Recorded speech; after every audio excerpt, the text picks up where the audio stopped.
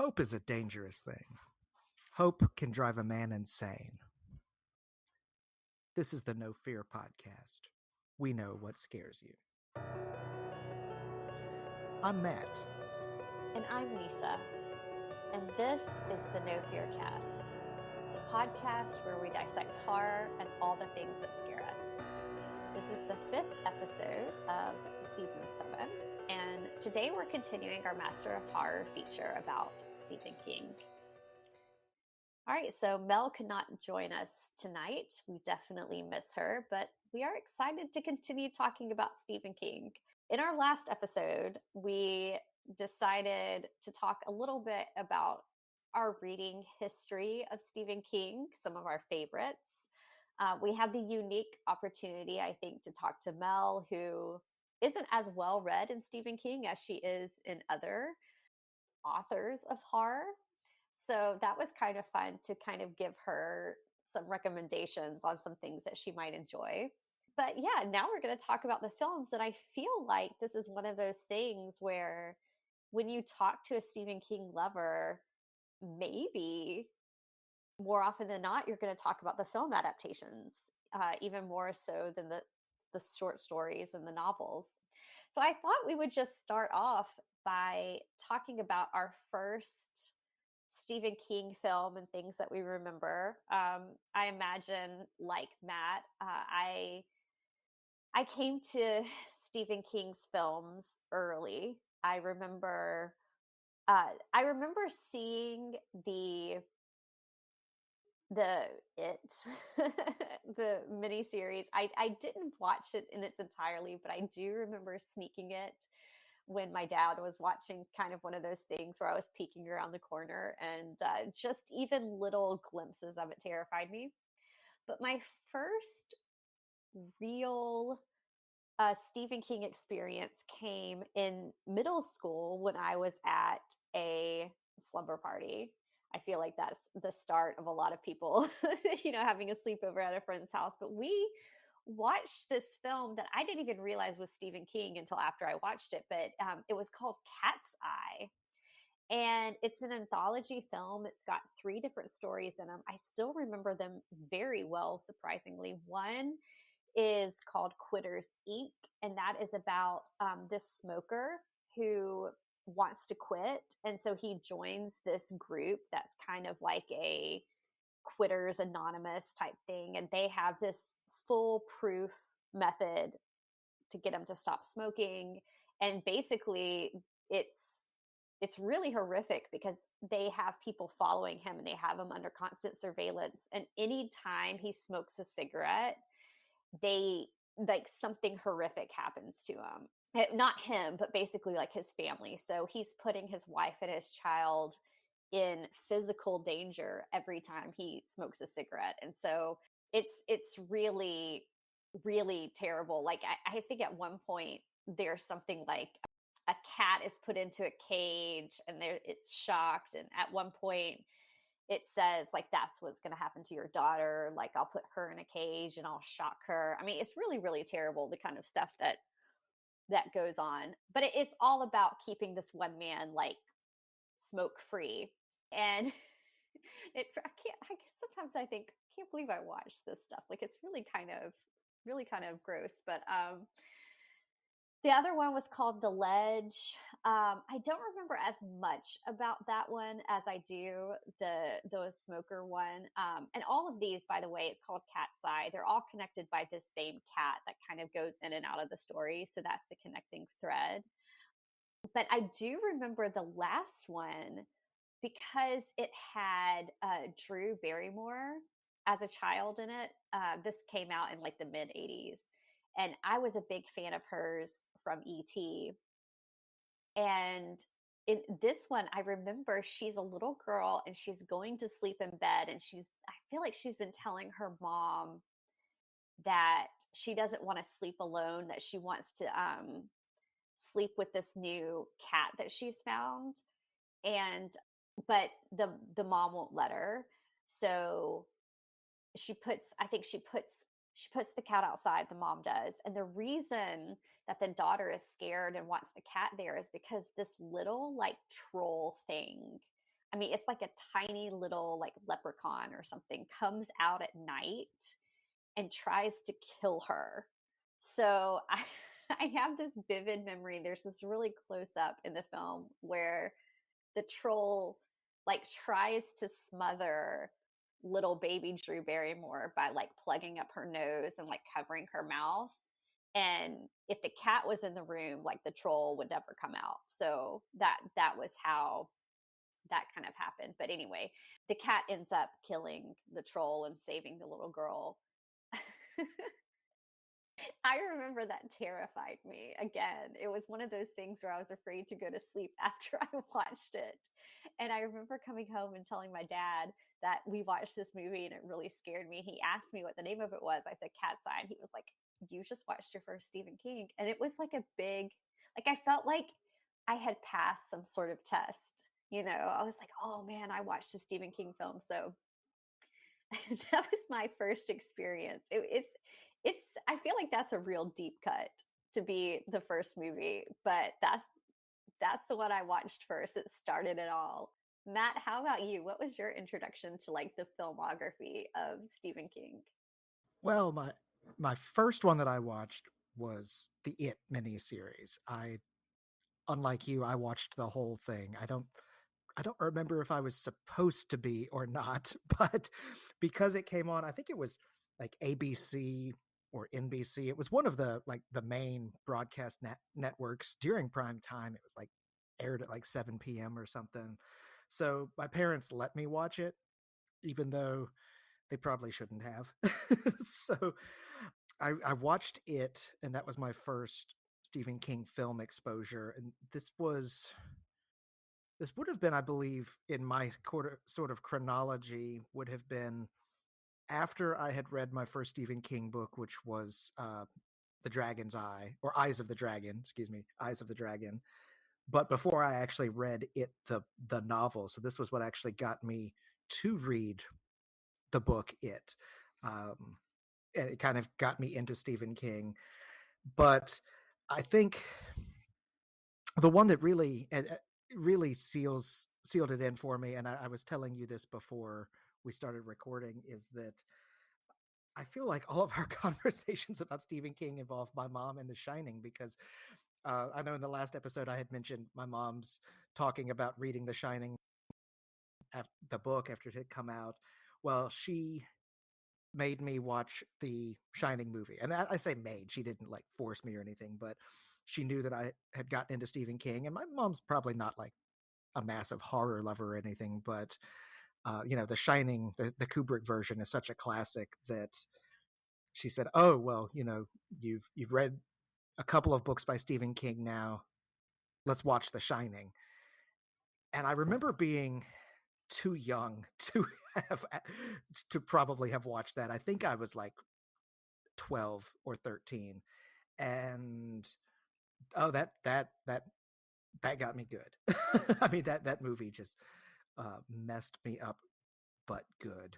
um and I'll be honest though, even still, I remember watching it, and the opening scene where uh Georgie sees Pennywise in the storm drain, and then ends up getting attacked and killed by him. I mean, that really left a big impression on me.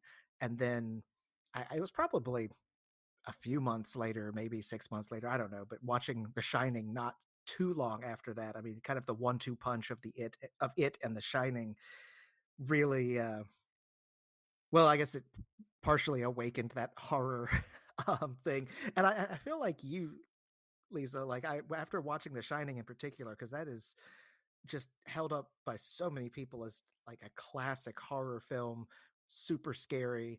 And I'm certainly not going to say anything to say that that's not true, but like having watched that, I felt like, oh wow, I mean, I passed, right? Like I watched the whole movie, and yeah, there were some really freaky parts, and yeah, I may want to sleep with the light on for a couple of nights, but I did it. I watched it, and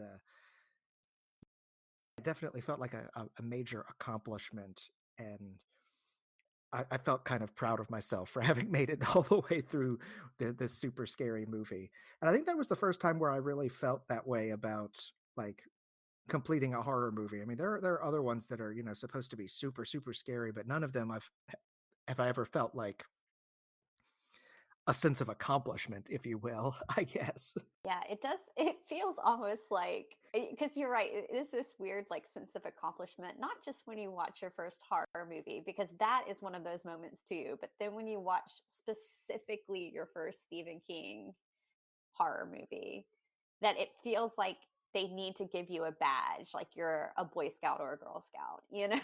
Just something you can like sew on your shirt. That was like, I survived Stephen King. The horror scout merit badge, I guess. Yeah, exactly. Oh my gosh. Well, I mean, obviously, because we're sitting here talking about Stephen King and we've now devoted 7 seasons to the horror genre on this podcast, like, it ended up being a very good thing. And it started, I think, something in both of our lives.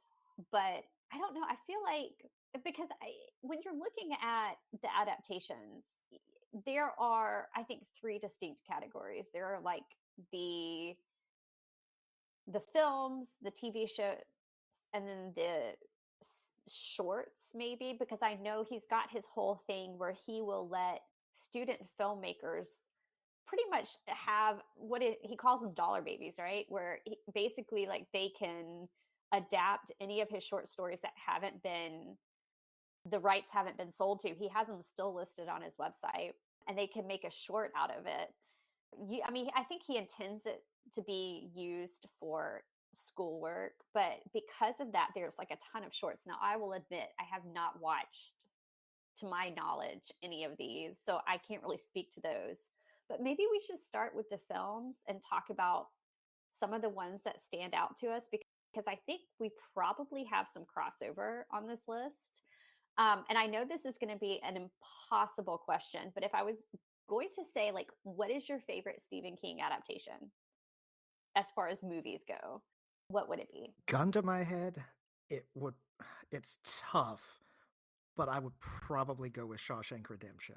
And I know it's not a standard horror movie, of course, as we all think of Stephen King, but I mean, it is such an iconic film. And I've read I don't know if you'd call it a short story or novella. I can't remember the exact length of it, but I've read the source material, the original story, and it's good. But Frank Darabont did something so good with Morgan Freeman and Tim Robbins and all of the other supporting actors. I mean, that movie, it's just absolutely incredible. It's one of those ones that if I were flipping through channels and it was on, I couldn't let myself watch more than about 5 minutes, or I would have to sit and watch the whole rest of the movie. Like, no matter what. And I can't count how many times I've seen The Shawshank Redemption. And I mean, I still get angry at all the scenes that are supposed to make you angry. I still get chills and happiness at the end when when Andy breaks out, and then when um, Red goes and meets up with him at the very end. I mean, that final monologue that Morgan Freeman delivers. I mean, everything about that movie. It's just like it's just almost a perfect movie in my opinion. Um, so yeah, I would say that's probably my favorite if I had to pick. There are a lot of really ties for first though, because there's so many good adaptations. So, but gun to my head, I think that would be the one I'd have to go with. What about you? That's, I know I asked you the question, but even as you were talking, I was like, I don't know how to answer this. I will say the Shawshank Redemption, that movie, and The Green Mile, I remember both of those I went to go see, and I didn't realize that they were based on Stephen King because I hadn't read a lot of Stephen King at that point, and both of them I was not prepared to cry in the way I did. So yeah, I agree with you that Shawshank is a great one, but if I was going to pick, I would probably go with The Shining. And I feel like that's an easy answer because that film is so iconic. But, and I have such mixed feelings about it. Like, I could sit down and, I think, write a dissertation on The Shining if I had to. I mean, number one, just as a film, it is beautiful. It it has so much just gorgeous shots. And again, the patterns, like the carpet and the clothes that they wear and the lines, like everything is so iconic that it's hard. I don't know, it's hard for me to think of another horror movie that has hit the popular culture in such a way. Again, if I'm going to talk about like the film, I will put the asterisk and say that there are things that I absolutely despise about that film, mainly in the way it's adapted, because I also love the book. And I have to say that I like the book's ending a whole lot better. And I like the book's characterization of Wendy a lot better than I do like how she's treated in the movie. But I still love the movie. And it's one of those horror movies that even though I feel like I know it so well and I could probably quote it end to end if I had to, it still scares me, which I think is the mark of a pretty good horror film, that it can still creep me out even though I know what's coming. It's just it's such a scary, haunting movie. I mean, everything about it. It's a great film. So there's that, and then of course there's the whole like the documentary that was made later, Room 237, about like, you know, was it saying something about like the moon landing? I mean, I say all this like with a smile on my face because I don't really believe any of it, but it's fun. And I like going down the rabbit holes of what other people think about this film. Like I like hearing other people's takes on the film, even if I don't agree with them. I just again, it's a film that I can endlessly talk about. So like for that reason, I'm going to go with The Shining. Although now, as I say that, I kind of want to go back and revisit the miniseries that was made, but in the 90s, they remade it, which I have no memory of that one. So now, as we're talking, I'm kind of curious. But anyway, I'm rambling now. But that's going to be my answer. Like as you said, Matt, gun to my head, I'm going to say The Shining. Well, you can't go wrong with The Shining. And I mean, it's in my top three, probably top two. Depending on the day, it might be my number one as well. So, uh, well, and like you said, it's not an unproblematic film. It's not a perfect adaptation. In fact, like you said, and I agree with you that it's as an adaptation, it's kind of flawed. I also prefer the ending of the book, and watching it now, knowing about the behind the scenes treatment of Shelley Duvall by Stanley Kubrick, that also makes it really hard to watch too, because he was pretty much an absolute monster to her, apparently. Yeah. And so that, I mean, that kind of tempers the rewatching of it I have done since then, or since all of that kind of really came to light. But I like you said, it's still like a masterclass in a horror movie. I watched it a couple of years ago. I don't remember how many years ago now, but my daughter had somehow, no idea where, but she got really into horror movies. Don't ask me how, but but I think she was about 14 or 15, and had started to get into horror movies. And so that summer I said, okay, here we go. We're doing horror 101. And I mean, we watched Night of the Living Dead, Dawn of the Dead, Invasion of the Body Snatchers, all of like these classic horror movies, and one of them was The Shining. And I remember watching some of those scenes where Danny is riding his little big wheel around the hotel, and the camera angle is shot like just above his shoulder, and you have that creeping tension, and then like he'll turn a corner, and then a second later the camera will turn the corner behind him, and at some point there's going to be something there, but you don't know when it's coming. I mean, that still gets me. I mean, it's still just like the way he built the tension in so many of the shots, and the camera work, and the staging of everything is just really great filmmaking. It was my introduction to Kubrick. And again, he's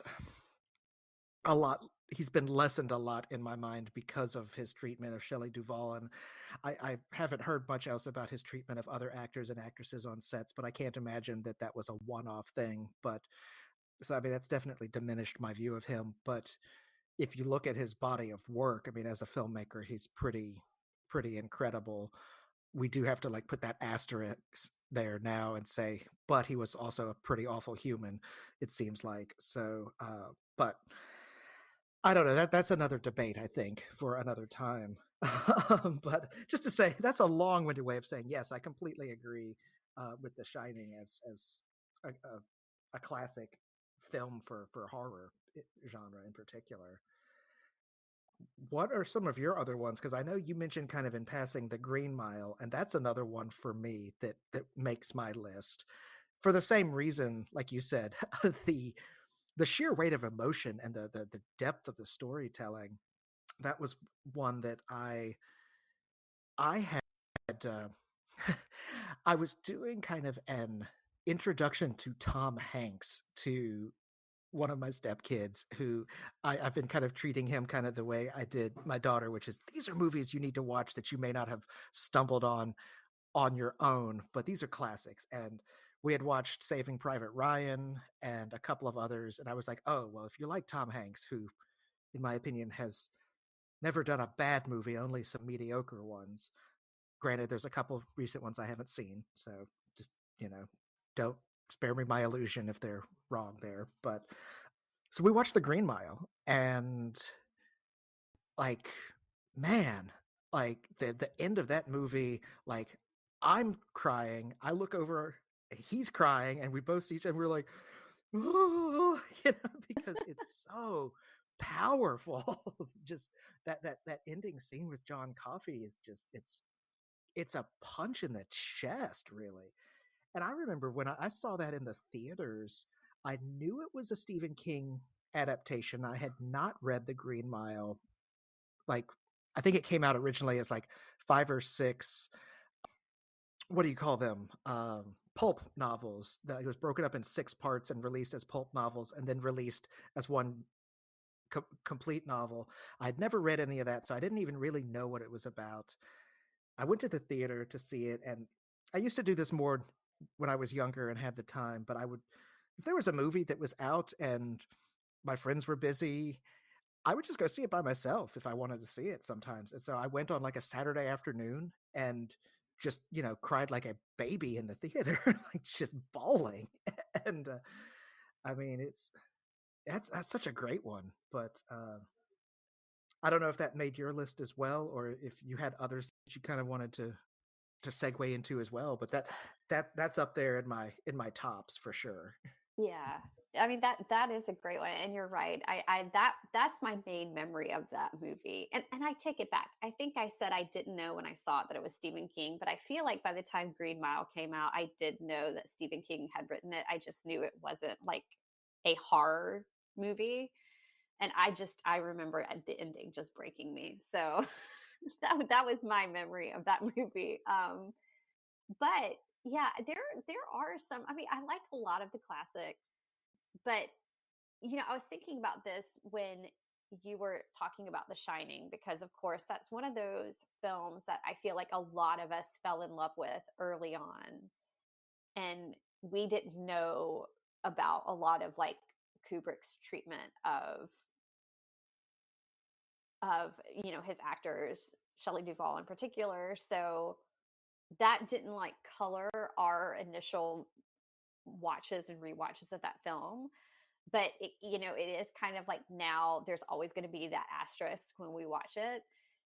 But now when I think of like some of the newer adaptations that are coming out, especially the ones that have Mike Flanagan attached to them, that's something that is kind of, I don't know, it feels to me almost like I've gotten that back a little bit, because from everything I know, now granted, I don't know Mike Flanagan, so I can't say if he's, a bad guy or a good guy, but from everything I heard, he's a great guy. So I feel like I can kind of enjoy these without having that little asterisk. But of course, he did Doctor Sleep, which I really liked. That was the adaptation of the sequel to The Shining, which was excellent. And I really didn't know how that was going to play out because I mean, how do you make a sequel, right? It's just such an important book and such an important film. Like, what do you do? But it was great. But one of his others is Gerald's Game, which is one of those films. Again, I, obviously, like it's not as iconic as The Shining.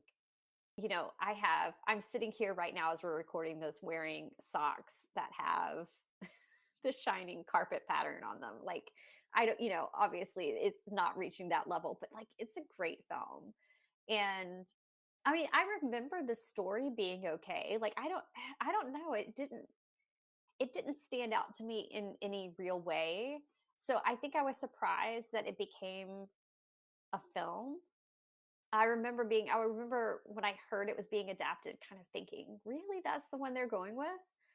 But when I watched it, it was so, I mean, number one, it's just so well acted, but there's actually a lot, I think, of comparisons to like The Shining, for instance, because it's set largely in one location, and there's that feeling of isolation, and so when the horror and the terror starts to set in, like you really feel the isolation.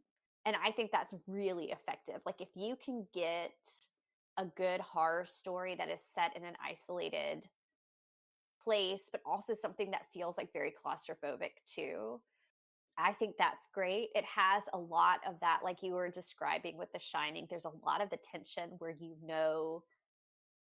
it's getting it's getting tighter, it's getting tighter, it's getting tighter.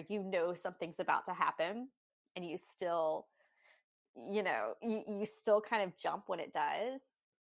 There's a lot of the kind of psychological drama, I guess is the right word, in the relationship between the husband and the wife, kind of very similar to The Shining, where it seems like things on the surface might be okay, but then there's a lot that comes out over the course of the movie.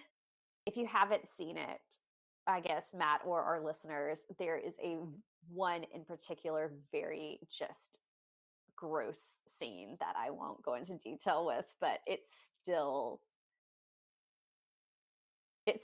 gives me a visceral reaction when I think about it. So I don't know if that's your thing or not, but yeah, I was really shocked at how much I liked that, especially because it wasn't based on like Misery or Carrie or The Shining. Like I love the books that those are based on, so like that was an easy thing to carry over. But Gerald's Game, I was like, I don't care about the source material, and then it ended up being one of my favorite Stephen King movies. I actually have not seen Gerald's Game. Oh my god. Yeah, well, and I remember, oh, probably 15 or 20 years ago now, I tried reading the book and I actually had to stop because it was unsettling me. I just did not like claustrophobia of it.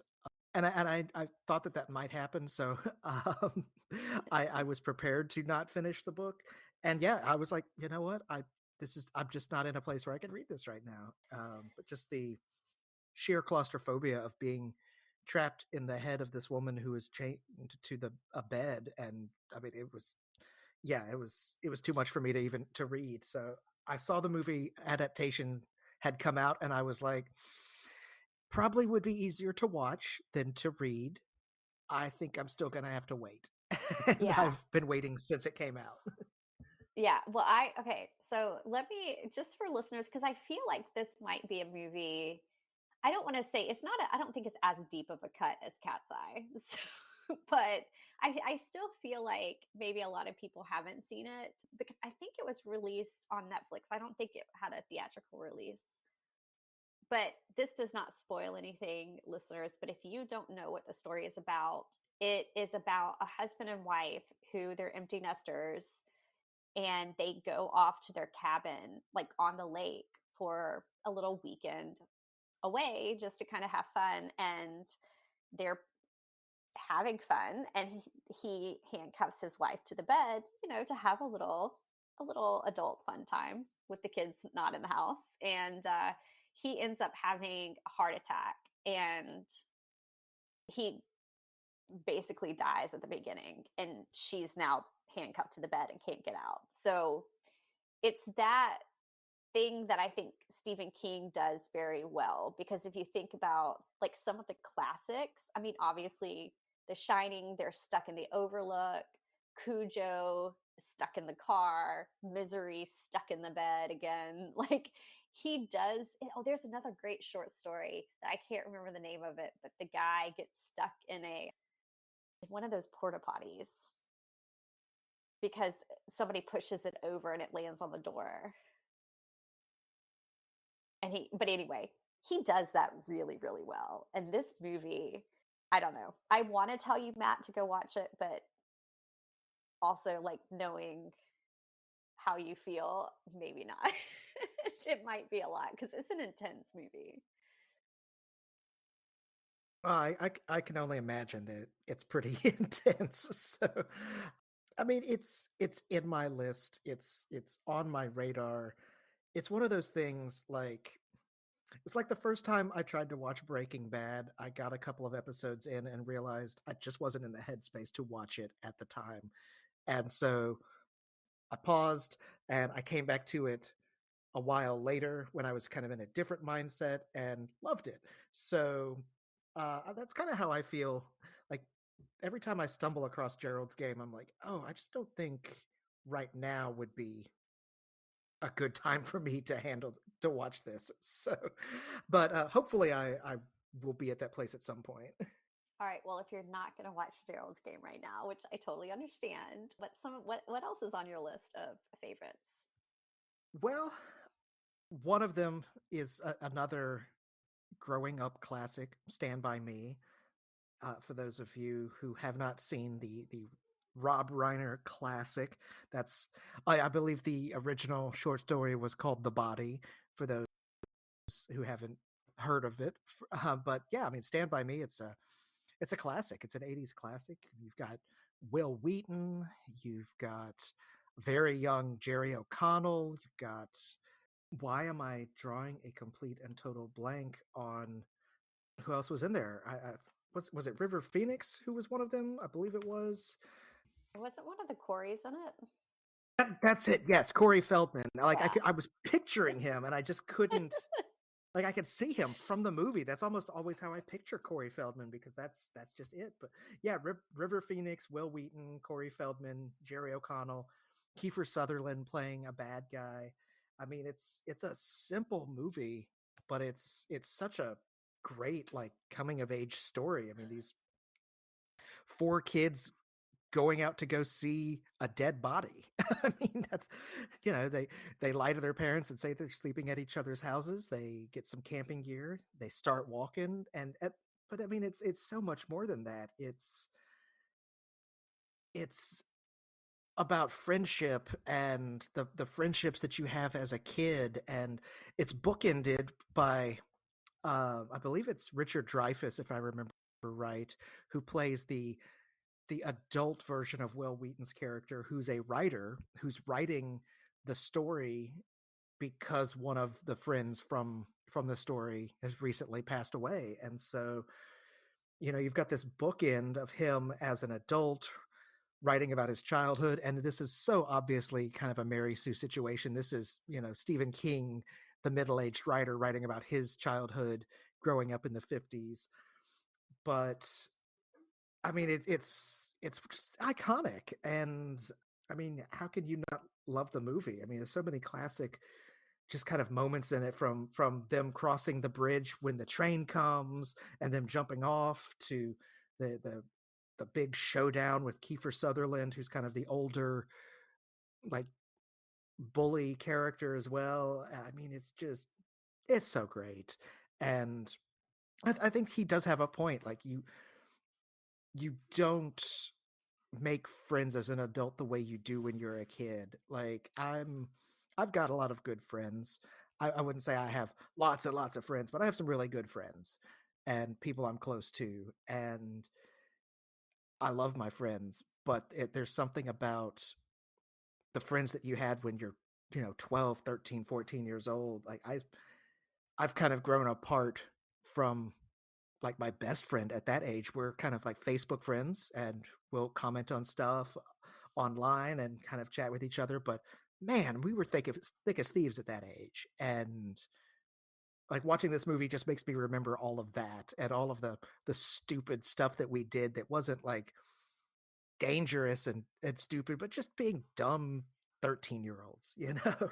So yeah, that's one that's definitely big on my list. And I did that was another one that I made our youngest watch, and like my wife was watching part of it with us, and then she's like, you know what, this is such a boys movie, and like left to go watch something else in another room.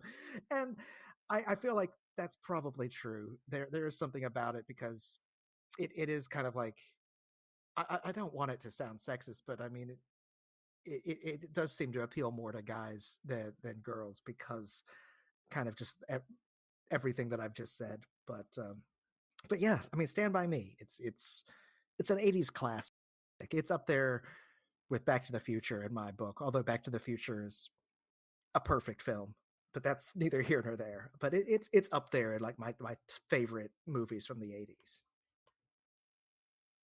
Yeah, talking about Stand By Me, that is one thing that does kind of frustrate me when I read or watch some of his stuff, especially when it involves kids, because he does so often do the like group of boys on bikes. Like I feel like he might have started that trend in genre. I mean, maybe not. Maybe, I'm just talking right now without doing any research into it. So maybe not, but I feel like he set that up because I mean, you do have Stand by Me. Of course, I mean, even though it has a girl in it, but she's kind of well, if we're talking about the book, she's very problematic in how she's handled, but there's very rarely more than one girl that's included in his kind of like kids on bikes. Like if they're going to go out and see something or have an adventure or like fight a clown that is an ancient evil from beyond our understanding, usually it's a group of guys, and he does like kind of focus in on that friendship and the intricacies between the boys, and then the girl, if she's included, is usually this like object of desire and kind of like affection and adoration rather than being involved in that, if that makes sense. So I mean, that brings up one of my other favorites, which is It, and I will just go ahead and say all of them, like all of them. The movies that came out recently, in my opinion, Bill Hader and Stephen King are a match made in heaven. Like in my brain, that's a perfect match, and I would love to see more of that. But yeah, I mean, the miniseries, Tim Curry, that one too. They're I mean, it's brilliant. Like, how can you talk about adaptations and not talk about it? Pennywise is terrifying. But yeah, I will say, since you brought it up with Stand By Me, like that's kind of my one, and I don't hate it. Like, because I think he portrays the friendship of boys very well. I just definitely wish that it was a little bit different for those of us who did not grow up male reading Stephen King. Well, I think you called it perfectly by calling it the boys on bikes trope because that really is like that just completely nails exactly what it is. And like you said, Stand by Me, it I hesitate to bring it up because it's terrible, but Dreamcatcher also has the exact same trope in it. Um, I I forgot about Dreamcatcher. I think Stephen King did too, because he admitted that he was on a lot of painkillers because he wrote that not long after his accident where he was hit by the car. But but yeah, Oh, there is the trope in there of kids on bikes, yeah. and I think he has a few others as well. But that's brilliant. But yeah, I think you're right. I Beverly in it is problematic because I feel like Stephen King definitely doesn't know how to write young girl characters for sure. And like you said, she's kind of just an object of desire. But since we've brought up it, I mean, I will wholeheartedly second what you've said about the adaptations. I mentioned it in passing because it was my first adaptation, like my film adaptation of Stephen King that I was exposed to, and I love it.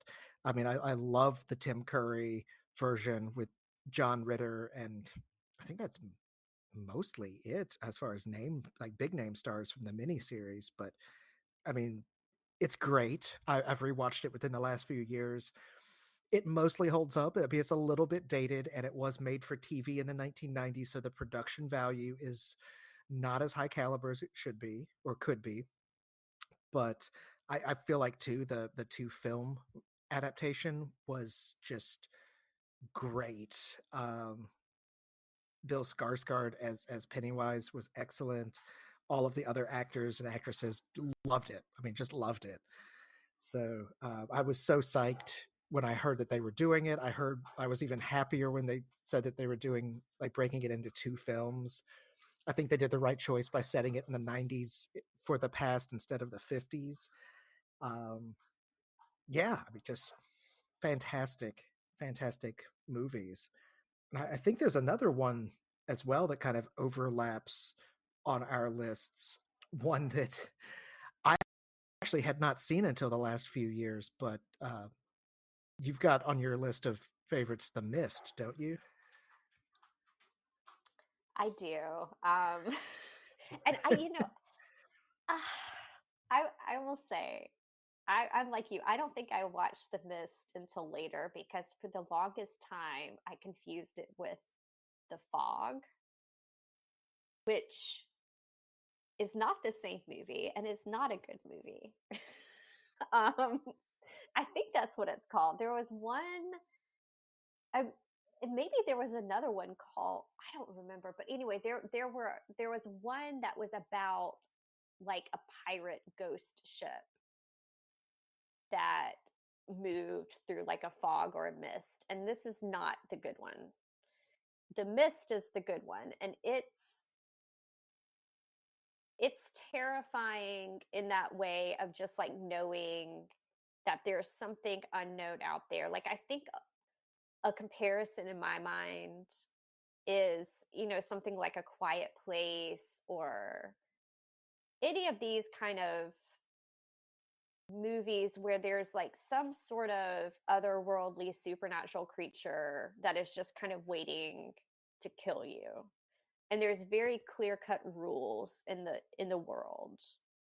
So like in A Quiet Place, it's just like don't make sound because then you're going to get eaten. And in this one, it's like just don't go into the mist. Like there are bad things in the mist, stay away, which I like. And I like that idea too just because of mist is, I mean, it's kind of like a creepy thing in the way it looks and the way it kind of rolls and you can see it and where it just kind of feels nebulous. So like I like that, but I'm sure I mean I'm guessing, Matt, that it's on your list for the same reason as on mine, and that is that it is one of the most devastating endings. And for the listeners who haven't seen it, I will not spoil it, but like that movie hands down is one of the most like gut-wrenching, devastating, like I was not okay for days after I saw the ending of that film. Yes. That is the exact reason why it is on my list. And not to undercut the rest of the movie, because it does do some great things with, like you said, the way it plays up the tension and the unknown. And I mean, it's another trapped story by Stephen King. This time, people are trapped in a grocery store or supermarket. I don't know what you would call it, but but it's people in a small town trapped in a grocery store by this mist that has something in it that is, if you go out there, you're gonna die, basically. And I mean, most of the actors in it are not your A-list celebrities, but you may have heard of some of them. I think Thomas Jane did an excellent job in the main role, and Andre Braugher, who is in it, Marcia Gay Harden. I mean, these are good actors and actresses that do a really good job. And then the ending, which, no spoilers, like you said, but I did not know anything about the ending going into this movie. And this was another one that I picked during that summer that my daughter was really and like getting into horror. And I was like, well, this one has got really good reviews. Why don't we watch this one too? And so we watched it, and like, devastating is a good word for the ending. Another word I would use is bleak. And the movie ended, and we both looked at each other with this look of like, holy crap. Like the way I felt after the mist ended was the same way that I felt after finishing Cormac McCarthy's The Road, which is like, I need a blanket, and like I just feel cold and dead, and I need I need to watch like the funniest, happiest thing ever right now because this is like bleak. The comparison to Cormac McCarthy is so apt. I mean, it really is, because it's funny that we were just talking about the remake of It, or like the reboot, or whatever they're calling it, the new two-parter It that came out a few years ago. Like, that movie to me is like a carnival. It's so much fun.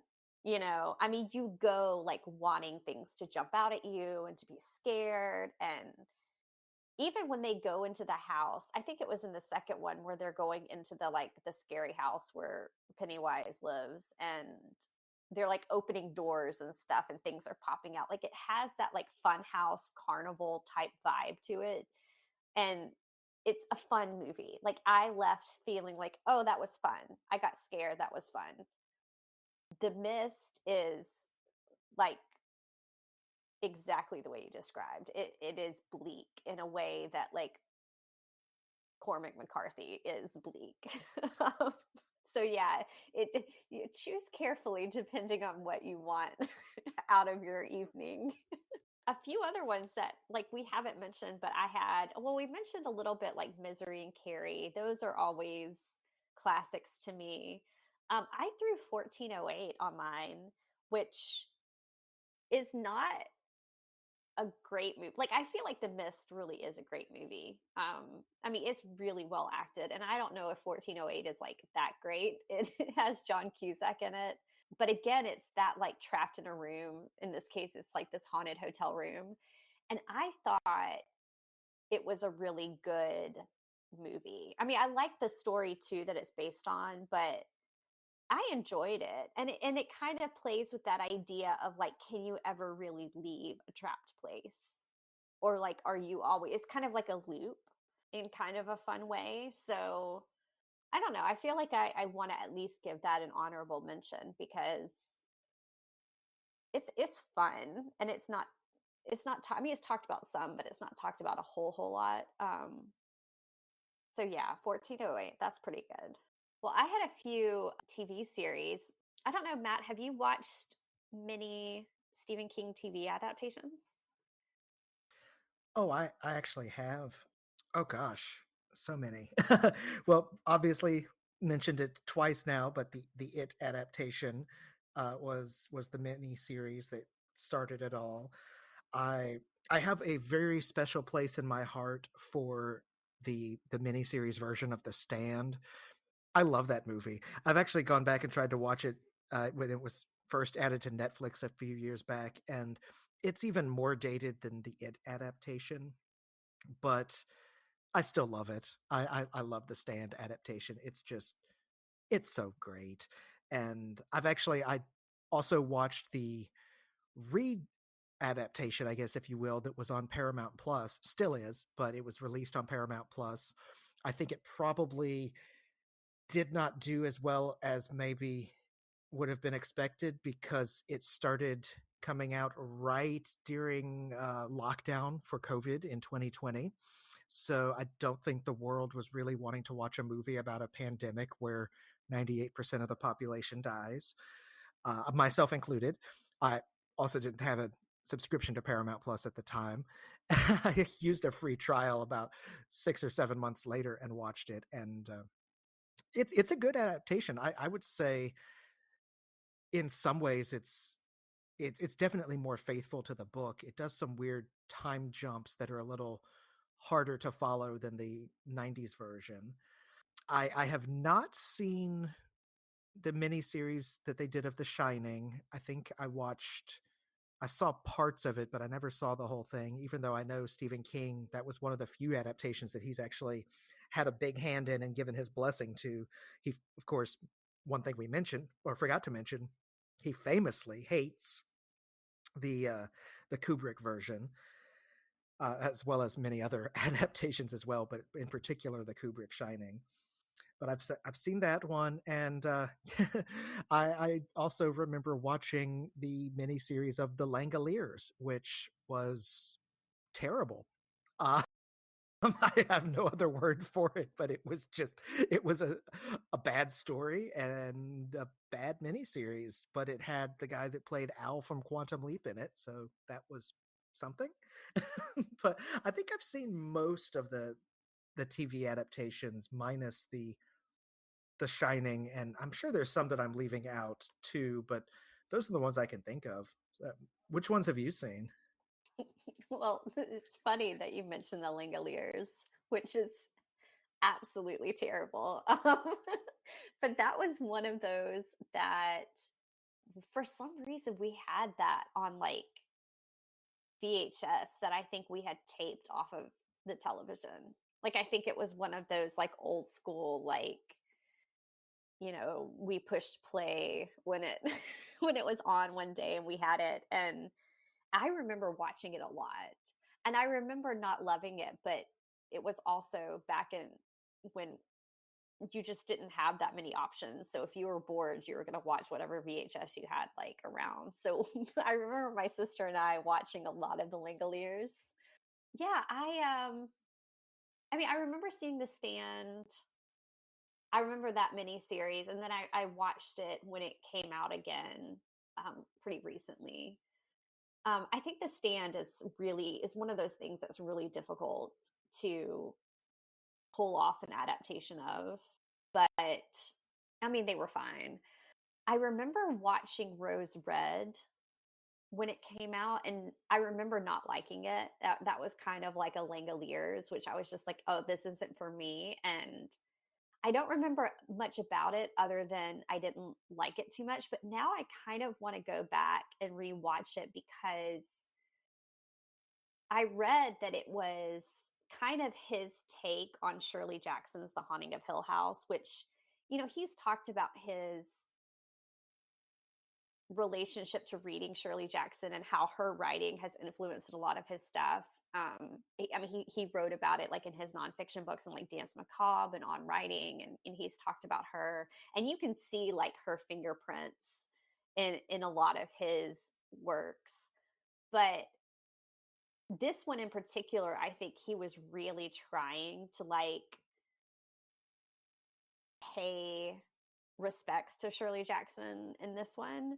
I didn't know that though at the time, and I wasn't really familiar with Shirley Jackson at the time when this came out. Like cuz I really started reading her when I was in graduate school. So now that I have that connection to it, like I'm kind of curious to go back and rewatch Rose Red. I don't even know if I could get it I mean, I'm sure I could find it somewhere. I haven't looked, but I want to and see if it if it watches differently, knowing that. I will say though that my just absolute favorite adaptation, because I have, like you said, like I've watched a lot of them. Castle Rock, 11/22/63, just, a lot of those kind of things. My hands down favorite TV adaptation of his is Mr. Mercedes. It is it's just the best. That's all I can say. It is compelling.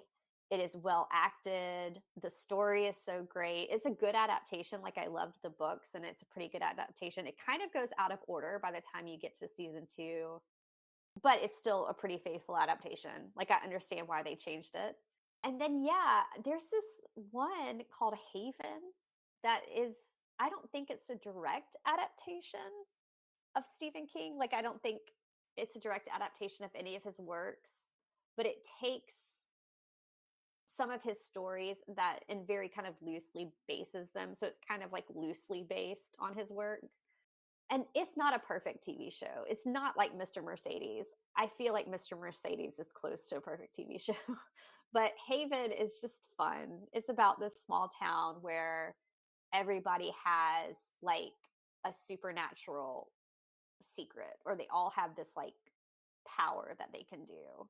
So there's one guy who's like magnetic, and then there's another one who can like affect the weather, just little things like that. So it's this kind of like quirky little town, and it's fun.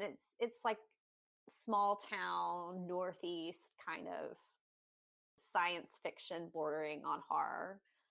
And I remember when I watched it really liking it and just thinking it was kind of fun.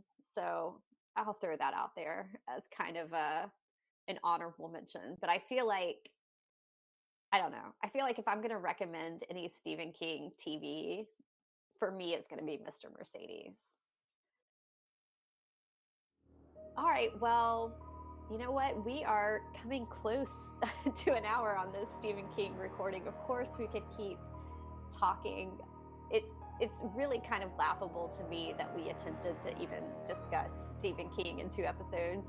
There's just too much to fit in there, but I'm glad we at least scratched the surface of this, and I know we'll return to Stephen King in the future on this podcast. But this was a fun little detour talking about some of our favorite Stephen King books and stories and movies and TV shows. Well, I guess that's it for us. We are entering into the holiday season, so we are going to take a brief hiatus on the podcast. We will try to rerun some of our classic holiday episodes in the month of December, so you can look for those. But we will return in January, and we're going to kind of continue this Masters of Horror series that we got going on. We're going to move on from Stephen King into somebody really fun, so you'll have to stay tuned for that. We're at No Fear Cast on Twitter and Instagram. We also have a Facebook page. If you love what we're doing, consider supporting us on Patreon. Or you can simply rate and review us, which is entirely free, but it does help other listeners find us. The music is by Nicholas Gasparini.